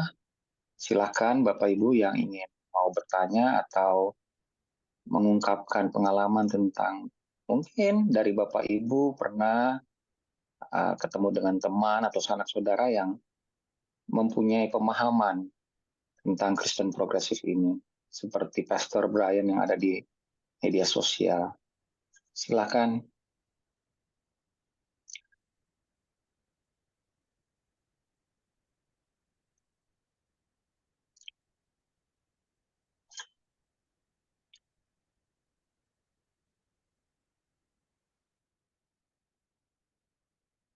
Kalau sudah tidak ada lagi, berarti semua sudah mengerti ya.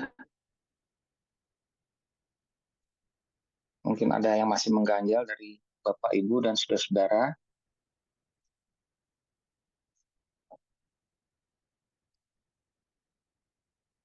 Silakan Bapak Ibu, sambil menunggu pisang gorengnya sudah matang, mungkin sambil ngemil.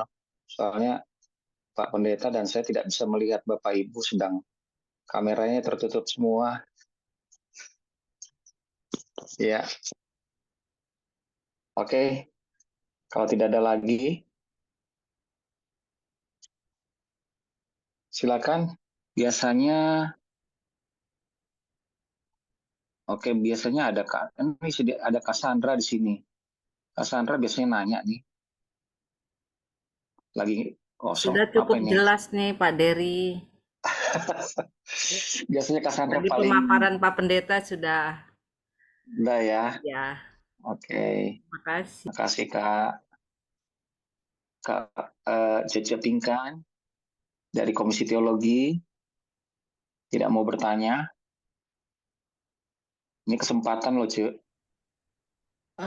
Belum ada. Belum ada, Terima kas kasih dulu. ya. Ya, terima Ya. kasih Angga. Kayaknya ada yang angkat tangan ya. Wow. Ini dari Ibu Yosi, tapi mungkin dari sampingnya kali ini, Bapak Roy. Silakan Bapak Roy. Kan, saya tidak tahu ini.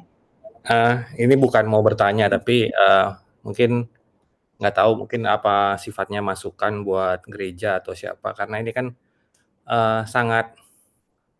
informasi ini sangat penting terutama bagi generasi muda ya, spesialnya buat para taruna, GP dan lain-lain, karena mereka yang paling gampang terinfluence dengan hal-hal yang seperti ini yang nampaknya menarik, nampaknya logis, nampaknya humanity gitu kan. Tapi sebenarnya dalam tanda kutip kalau saya menyimak dari paparan Bapak itu sesat sebenarnya.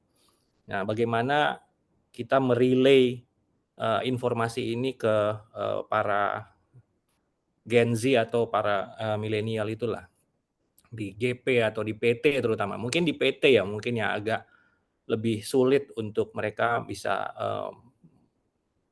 menapaki mana yang benar, mana yang enggak gitu. Jadi kira-kira dari PPSDI atau dari ini mungkin perlu di-relay ke mereka gitu. Itu aja sih kalau buat saya gitu.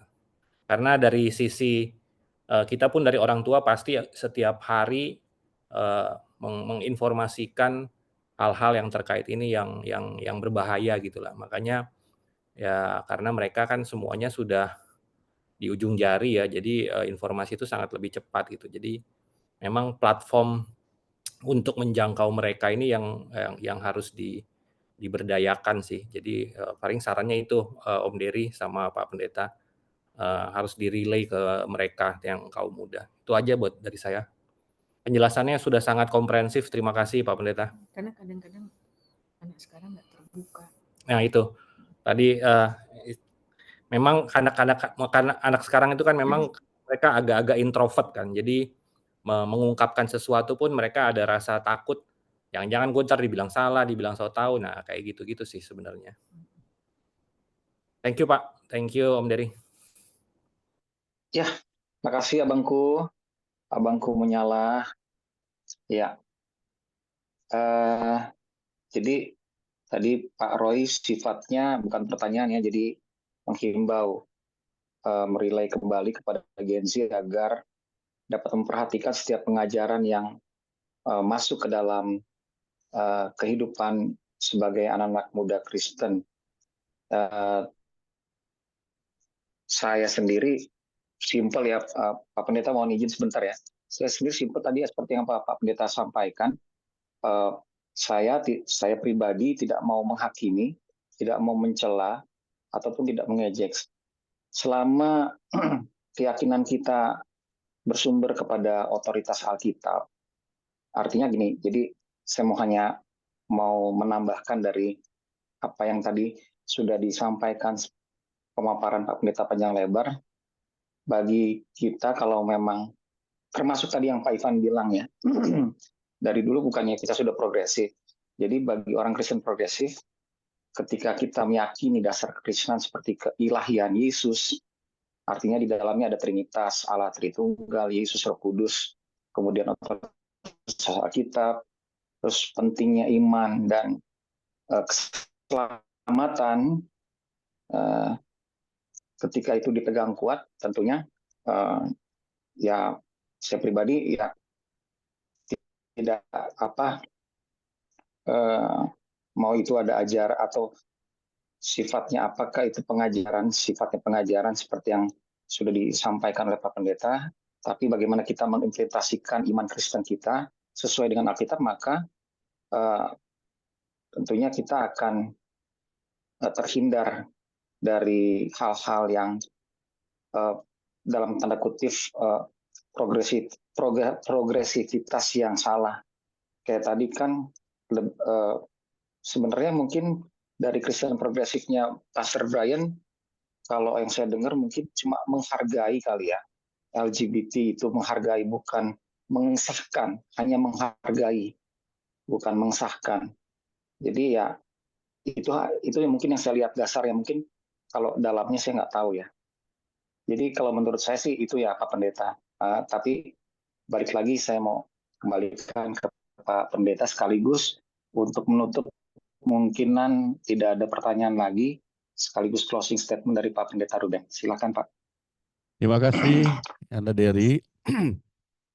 Tadi rupanya ada pertanyaan dari Pak Freddy yang terlewatkan soal infabilitas Alkitab atau ineransi Alkitab. Jadi khususnya sebenarnya ini isu yang sudah lama ya, sudah lama. Pada masanya Bapak Gereja itu ada yang namanya Marcion. Marcion mengatakan begini, kita kan Kristen, untuk apa lagi kita pelihara kitab-kitab yang tidak ada tulisan nama Kristus katanya gitu. Jadi akhirnya dari 66 kitab itu diseleksi, ya perjanjian lama otomatis nggak ada, itu dibuang. Kemudian dari perjanjian baru yang memang menyebut langsung nama Yesus itu dikumpulkan. Akhirnya yang terjadi apa Bapak Ibu? Yang terjadi tebalnya itu akhirnya cuma setebal Injil Lukas setelah dilakukan itu gitu.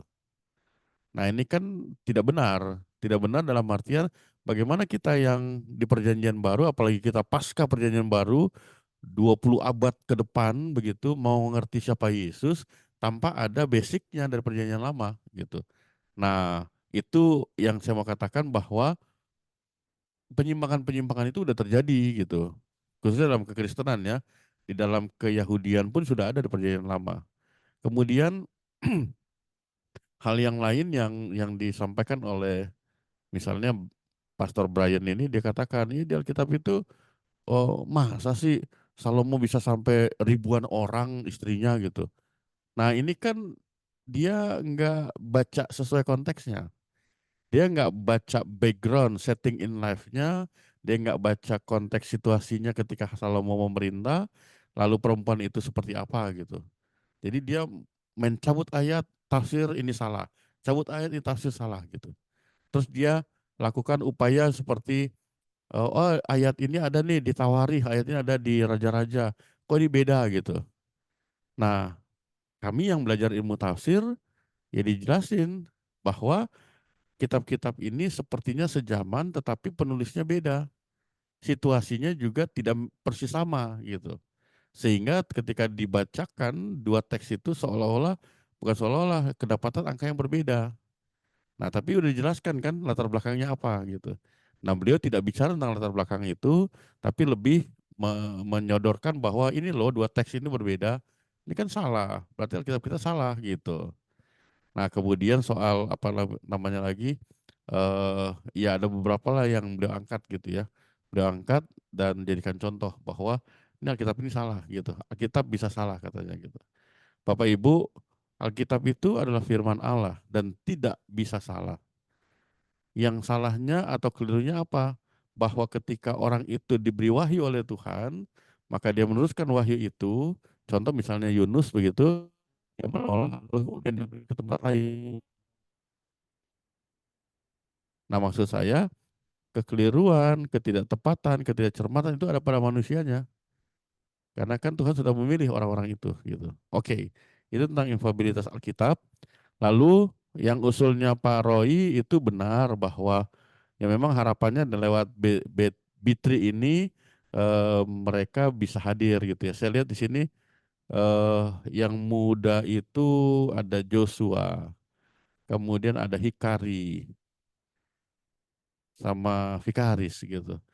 Yang lainnya muda dewasa gitu ya, bukan tua gitu ya, tapi muda dewasa gitu.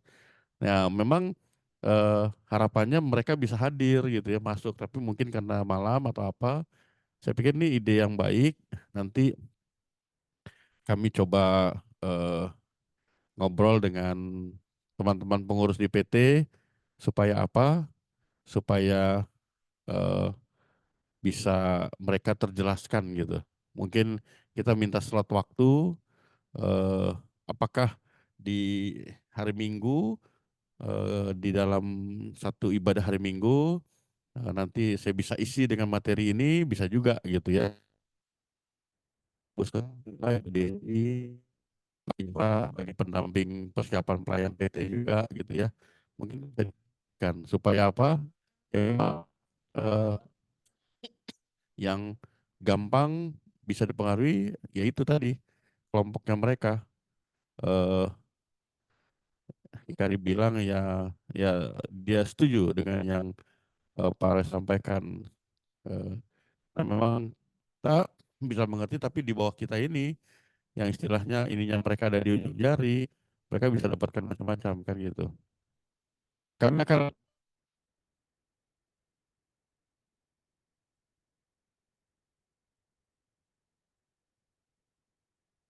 mereka juga boleh dibekali gitu supaya jangan sampai mereka mudah terpengaruh, tercabut mereka gitu ya.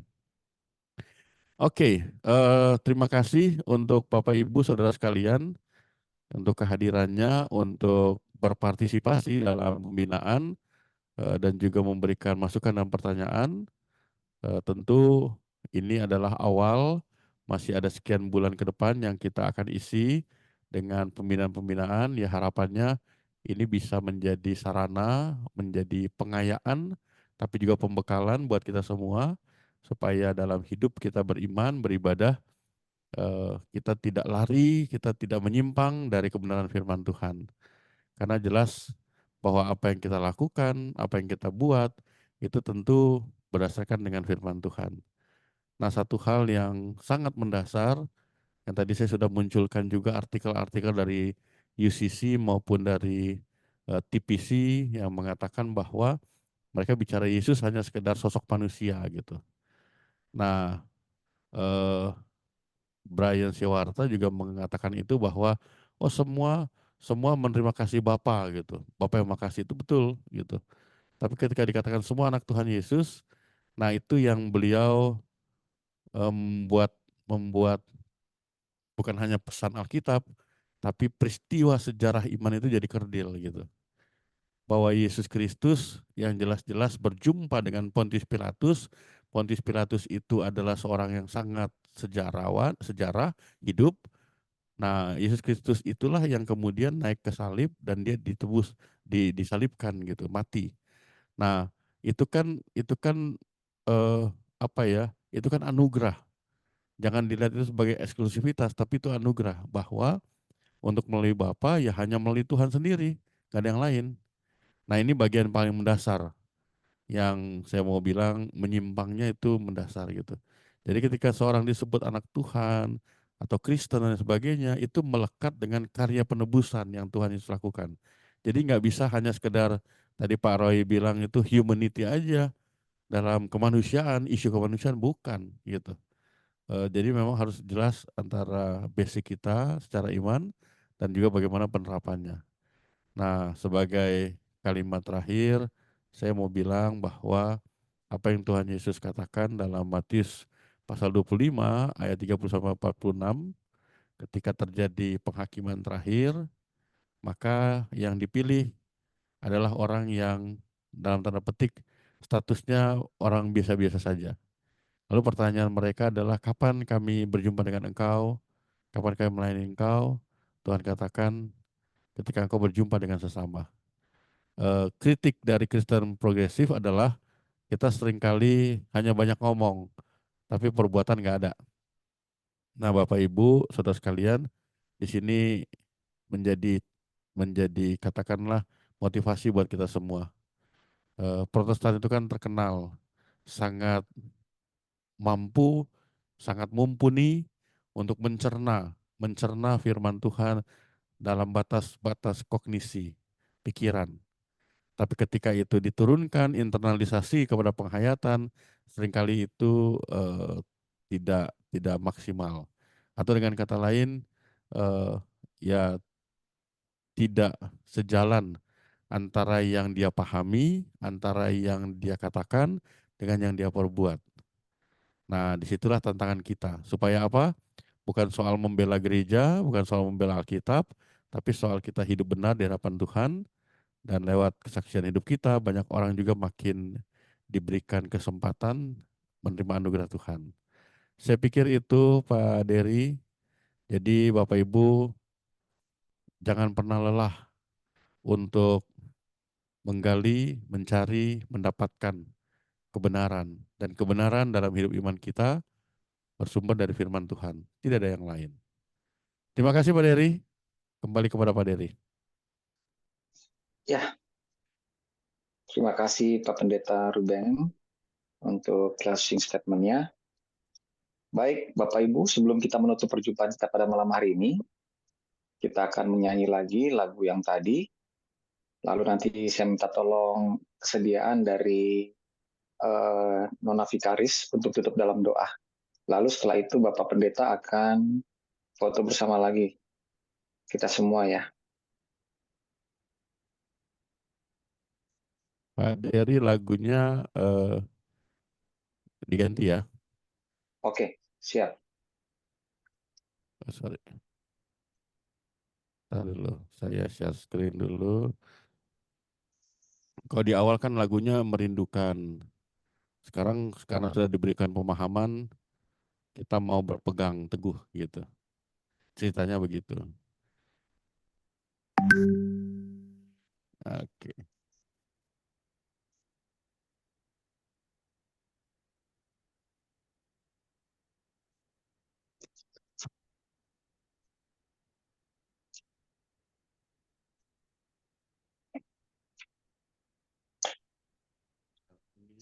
Dia munculnya sebentar ya.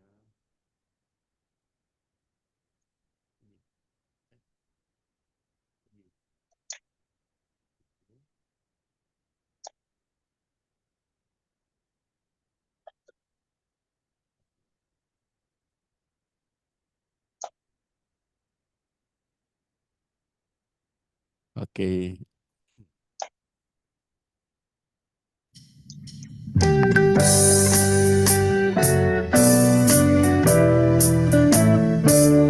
Siapa yang berpegang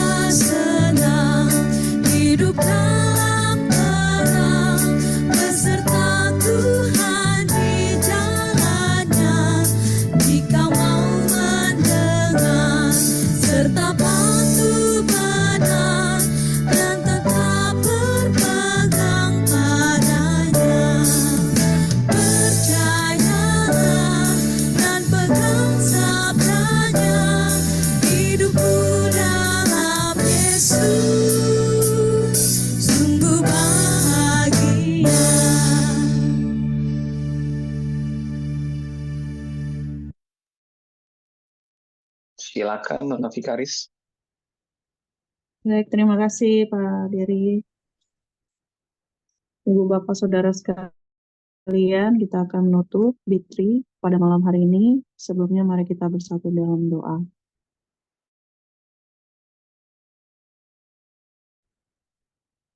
Ya Tuhan, kami bersyukur kepadamu karena pada malam hari ini kami boleh bersama-sama mengikuti program yang dilaksanakan oleh PPSDI PPK B3 Berakar Beriman Bertumbuh. Tuhan, biarlah pada malam hari ini kami boleh menerima sesuatu yang baik, sebagaimana tadi sudah disampaikan materi tentang Kristen progresif oleh Bapak Pendeta Abraham Ruben Persang.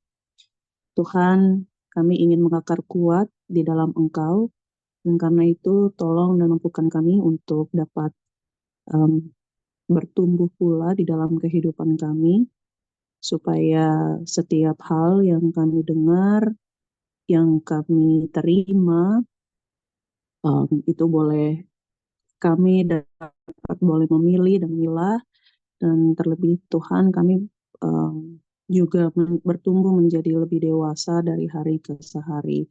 Di tengah-tengah banyaknya dinamika kehidupan, di tengah-tengah pula banyaknya ajaran yang semakin berkembang di luar sana, tapi Tuhan, di dalam Tuhan kami meminta kepadamu supaya kami dijauhkan dari segala sesuatu yang tidak berkenan, dan kami boleh memakai hidup kami sebagaimana Tuhan sendiri menghendaki kami untuk melakukannya.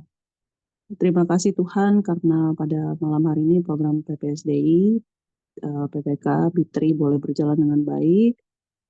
Juga untuk Pak Pendeta Abraham Ruben Persang yang sudah menyampaikan materinya, kiranya Tuhan senantiasa pelayanan yang sudah dia lakukan, kiranya juga boleh semakin memberkati banyak orang, terutama juga memberkati kehidupannya dan pelayanannya.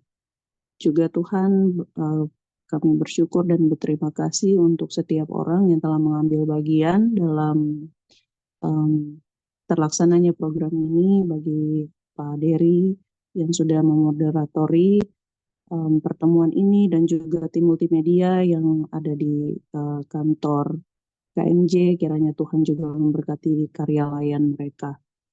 Kami akan berpisah dari ruang virtual ini ya Tuhan, dan biarlah kasih dan penyertaan Tuhan tidak pernah terpisah dalam kehidupan kami. Mulai dari hari ini kekal sampai selama-lamanya. Kami mengucap syukur dan menaikkan doa ini hanya di dalam nama Tuhan Yesus, Tuhan dan Juru Selamat kami yang hidup. Amin.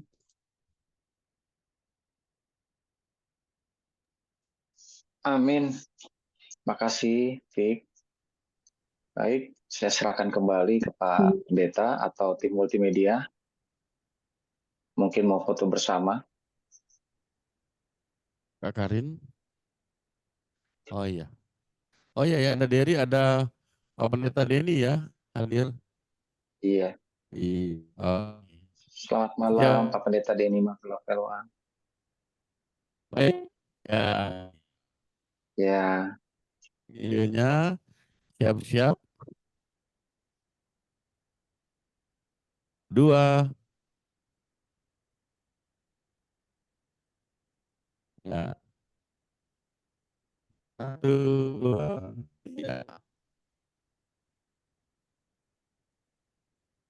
Sekali lagi untuk meyakinkan.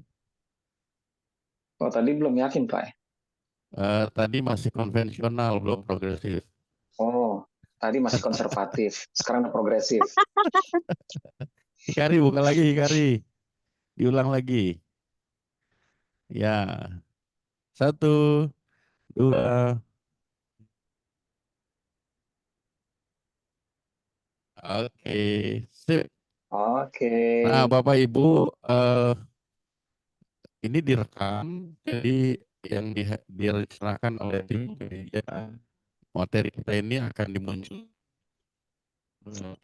Bapak, Bapak Ibu bisa putus-putus Pak. mengulang. Sorry, ya. Ya. Materi ini direkam nanti akan di-upload di YouTube-nya Immanuel gitu. Sehingga sewaktu-waktu mungkin bisa Bapak Ibu pakai untuk menolong menjelaskan kepada yang lain misalnya gitu ya. Selain PDF-nya juga nanti saya akan bagi untuk Bapak Ibu juga bisa gunakan. Baik, terima kasih banyak Bapak Ibu. Terima kasih, Pendeta. Ya.